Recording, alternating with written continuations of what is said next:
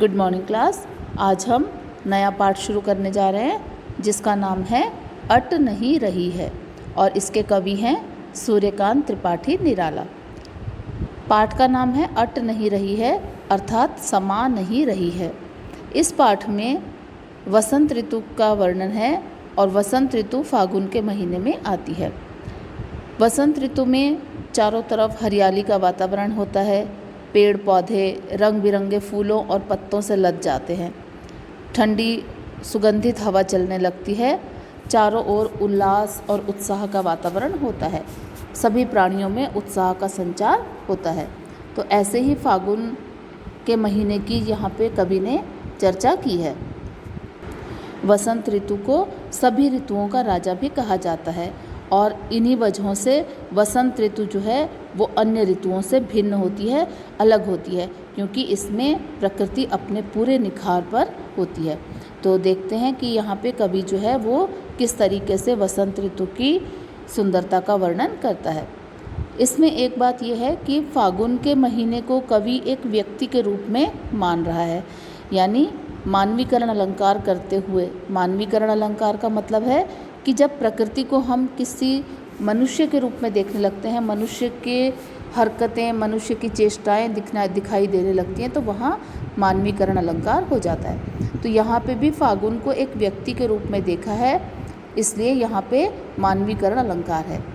तो इस महीने का वर्णन करते हुए कवि कहता है कि फागुन का महीना जो है वो एक व्यक्ति के रूप में है और उसकी सुंदरता का किस तरीके से कवि वर्णन कर रहा है, आइए देखते हैं।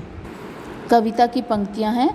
अट नहीं रही है आभा फागुन की, तन सट नहीं रही है, कहीं सांस लेते हो घर घर भर देते हो, उड़ने को नभ में तुम पर पर कर देते हो, आँख हटाता हूँ तो हट नहीं रही है। इन पंक्तियों में अट नहीं रही है आभा मतलब फागुन के महीने की आभा इतनी अधिक है।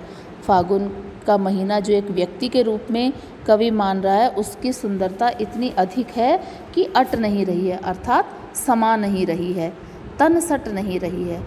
फागुन के तन में, फागुन के शरीर में इतनी सुंदरता समा नहीं रही है, वह चारों ओर बिखरी हुई दिखाई दे रही है।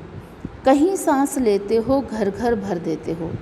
सांस लेने से तात्पर्य क्या है कि फागुन रूपी जो मनुष्य है, फागुन रूपी जो व्यक्ति है, वो जब सांस लेता है, अर्थात फागुन के महीने में जब ठंडी सुगंधित हवा चलती है। सुगंधित हवा क्यों हो जाती है?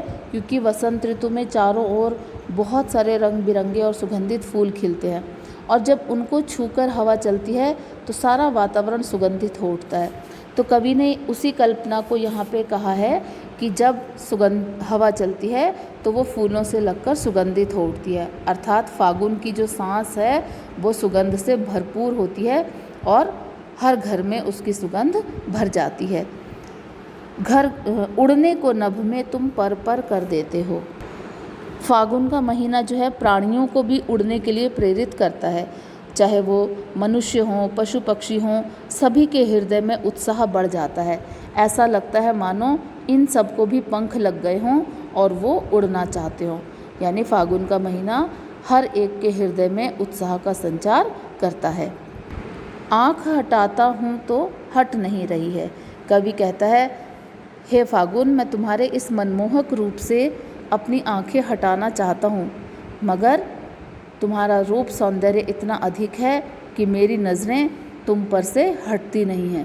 प्रकृति में फैली हुई इतनी अधिक सुंदरता को देख के कवि जो है मोहित हो जाता है और वो कहता है कि मैं तुम पर से अपनी नज़रें नहीं हटा पाता हूँ, चाह कर भी मैं अपनी आँखें तुम पर से हटा नहीं सकता हूँ।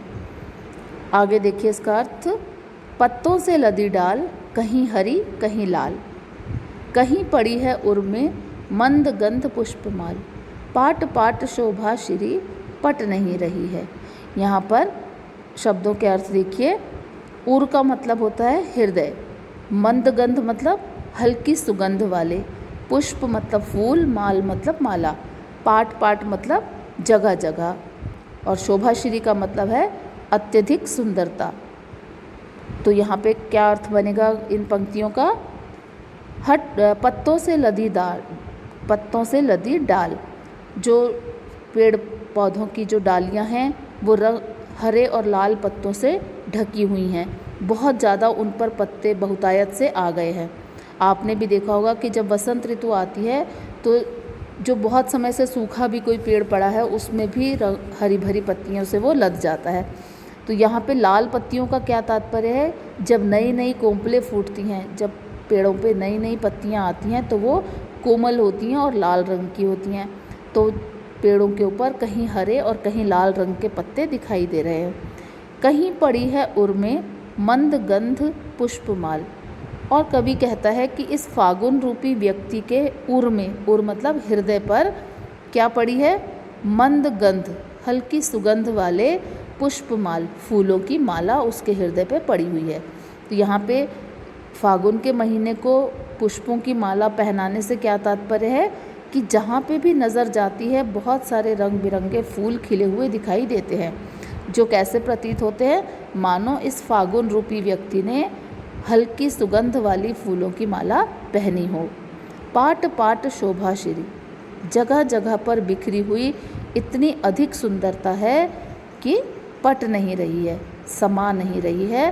अर्थात इस वातावरण में फागुन के महीने की इतनी अधिक सुंदरता है कि वो नज़रों में समा नहीं रही है। तो ये पाठ हमारा यहाँ पे समाप्त होता है। इसका एक्सप्लेनेशन आपने सुना और आशा है कि आपको ये पाठ अच्छे तरीके से समझ में आ गया होगा। Okay, thank you. अभी हम इसके क्वेश्चन आंसर करेंगे। ओके।